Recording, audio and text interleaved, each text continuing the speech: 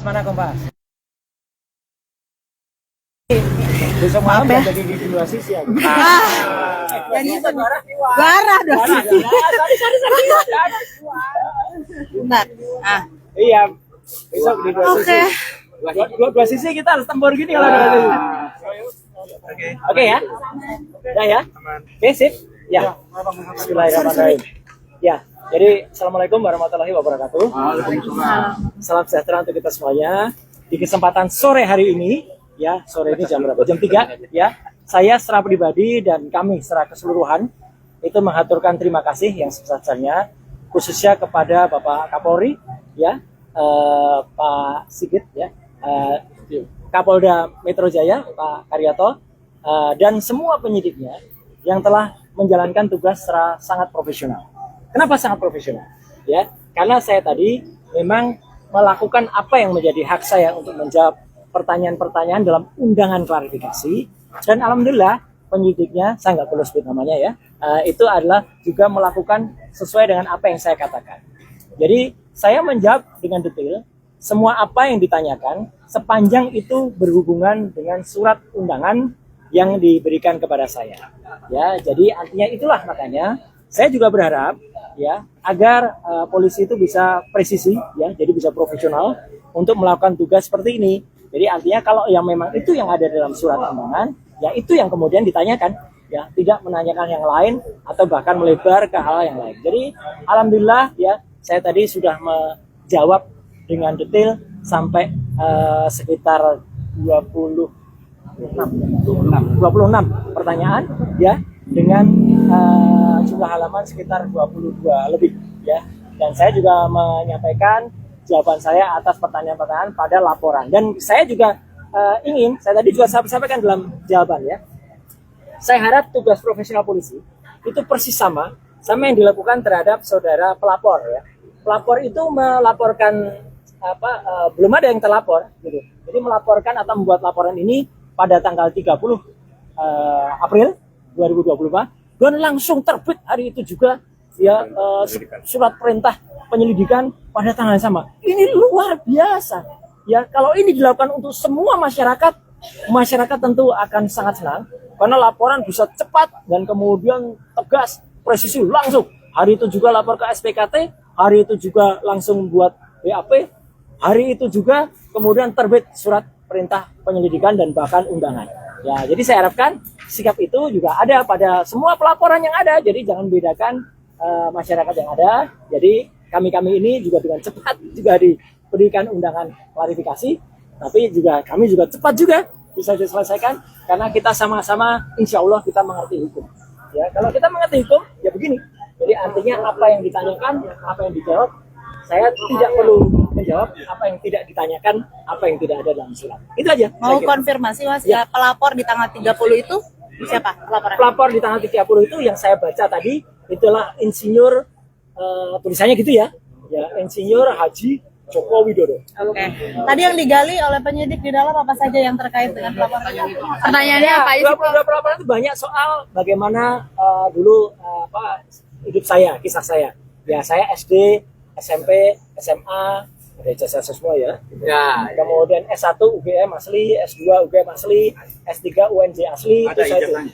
Ada lah, jelaskan semua gitu. Dan kemudian apa profesi saya sekarang? Saya profesi sekarang sebagai konsultan telematika dan multimedia. Kemudian saya diminta menjelaskan apa itu telematika. Telematika adalah telekomunikasi, media dan informatika untuk bisa menganalisis.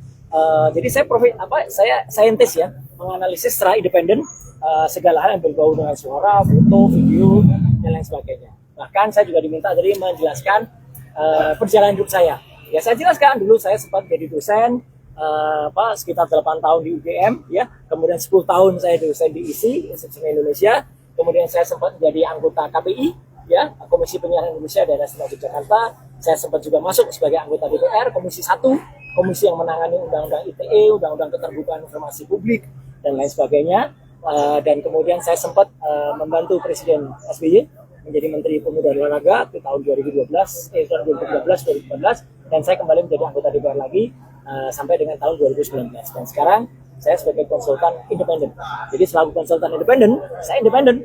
ya saya berhak melakukan apa yang menjadi tugas saya, dan kemudian saya berhak menyampaikannya kepada masyarakat sepanjang dengan ilmu pengetahuan dan menjadi keterbukaan informasi itu. Itu aja yang ditanyakan tentang itu. Kemudian tentang ada beberapa hal yang lain yang ditanyakan, apakah soal video begini, saya hanya jawab singkat saja.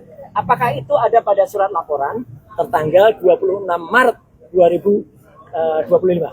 Ketika ditanyakan tidak terkait dengan itu, ya sudah. Jangan tanya saya yang tidak ada kaitannya dengan itu. Ya, jadi kalau sama tidak ada itu, jadi lokus dan tempusnya tidak sama dengan apa yang ada pada surat undangan, ya sudah, itu tidak perlu dijawab. Ibaratnya kalau kita mengerjakan ujian, ya teman-teman semua, ya masyarakat, kita diminta untuk belajar tentang fisika. Ternyata nanti pertanyaannya soal kimia, ya jangan dijawab. Wong kita tugasnya adalah menjawab soal fisika. Jadi itu sama cerdasnya. Alhamdulillah tadi penyidik juga cerdas. Siapa? Jadi kalau Bapak tidak menjawab, saya tidak menolak jawaban. Tapi saya keberatan dijawab, ya sudah. Artinya clear semuanya. Kemudian itu ada poin-poin sehingga saya juga tidak menyiksa teman-teman untuk harus menunggu sampai tengah malam. Ya, saya juga tidak menyiksa penyidik, dan pembuat laporan saya harapkan juga tidak menyiksa masyarakat. Ya gitu, dengan membuat laporan-laporan yang tidak ada gunanya, tidak ada manfaatnya ya bagi seluruh masyarakat. Saya kira itu. Video yang tadi dipertanyakan video apa sih? Video yang tadi dipertanyakan ya karena saya nggak lihat lagi apa, karena saya dipertanyakan nggak ada hubungan dengan itu, ya nggak perlu saya jawabkan. Oke. Itu. Ada pertanyaan lain mungkin yang substansi yang terkait Nggak ada, dengan materi nggak ada karena video itu? Karena yang terkait dengan surat laporan itu, ini harus jelas ya teman-teman. Jadi ini clear banget ya, ini clear banget. Jadi LP itu ada pelapornya, tapi lucunya nggak ada terlapor. Sekali lagi ya, tidak ada nama terlapor. Jadi untuk para kuasa hukum yang kemarin sudah nyebut-nyebut nama, inisial dan sebagainya, hentikan tindakan-tindakan seperti itu tidak bagus ya untuk masyarakat. Karena ternyata tidak ada terlapornya. Jadi kalau tidak ada terlapornya, saya nggak perlu jawab. Karena kalau saya menjawab, jangan-jangan saya nanti jadi saksi. Kalau jadi saksi dan saudara yang terlapor itu adalah saksi saudara saya, ya saya nggak boleh jadi saksi. Atau misalnya yang terlapor itu adalah untuk pribadi, loh saya malah nggak boleh lagi itu untuk menjawab seperti itu. Daripada itu mubazir, ya lebih baik dari awal saya tanyakan terlapornya mana.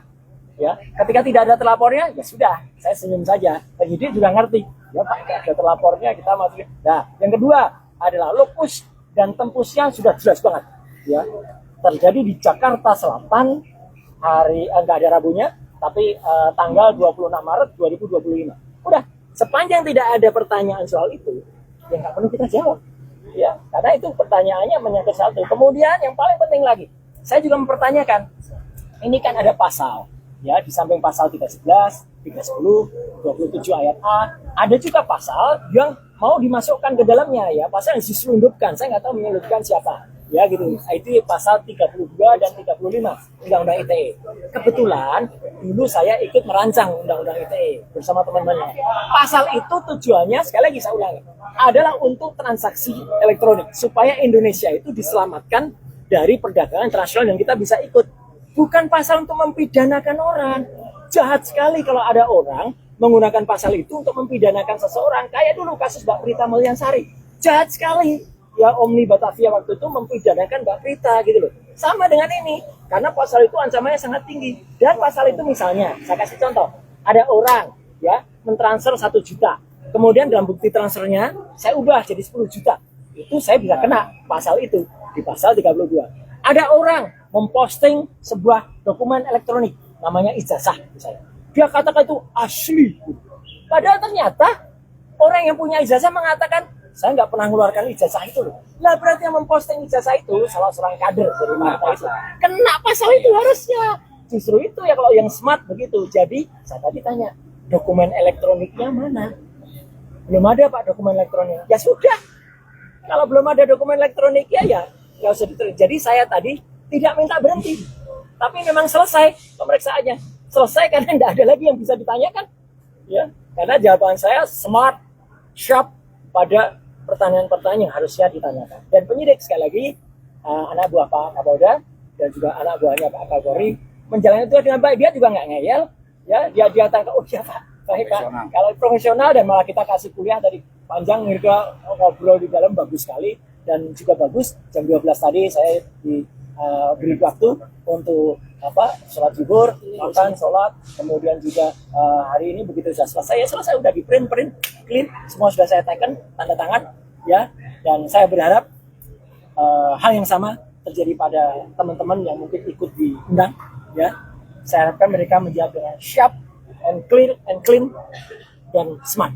Pak, tadi next agenda kira-kira ada di belum ada ya, berarti Belum tadi ada. selesai sampai Karena di sini selesai dulu ya Pak. Karena pemeriksaan saya selesai. Saya tidak minta berhenti atau dihentikan, tidak. Ya, Anda tahu teman-teman, saya alhamdulillah sehat walafiat, ya, gitu jasmani, meskipun rohani saya tadi juga bilang di dalam. Saya rohani agak lihat ini apa nih pasal kok banyak sekali kayak gini, ya, gitu. Jadi kita juga menanyakan loh. Jadi teman-teman, kalau diundang itu jangan seperti tiba-tiba kita dituduh sesuatu yang nggak jelas pasalnya. Pasalnya segera pertanyakan. Kebetulan pasal-pasal itu saya ikut membuat dulu. Saya jelaskan ini loh maksudnya begini. Di naskah akademiknya ini loh. Jadi harus ngerti pasal itu, bukan asal kemudian ada pasal ini dipakai untuk mempidanakan orang. Jangan sampai ya. Jangan kita malah justru memiliki mensrea atau niat kurang baik untuk mempidanakan orang. Selain Mas Roy, siapa lagi yang diperiksa? Masih ada Dokter Tifa di dalam. Dan moga-moga Dokter Tifa juga sama. Moga-moga bisa smart dan menjawab. Tapi ya kita berdoa saja. Dan moga-moga kalau ada teman-teman yang lain ya, saya berharap tidak banyak lagi yang harus buat apa ya, dipanggil atau bahkan dibikin susah dengan ada laporan yang nggak jelas. Ini laporan nggak jelas ini. Laporan kok nggak ada yang terlapor. Sekali lagi loh ya, bohong kalau dikatakan sudah ada terlapornya. Nggak ada. Dalam klarifikasi itu belum ada terlapornya. Ya, itu ya. Saya kira. Oke, terima kasih. Terima kasih, Mas. Terima kasih teman-teman.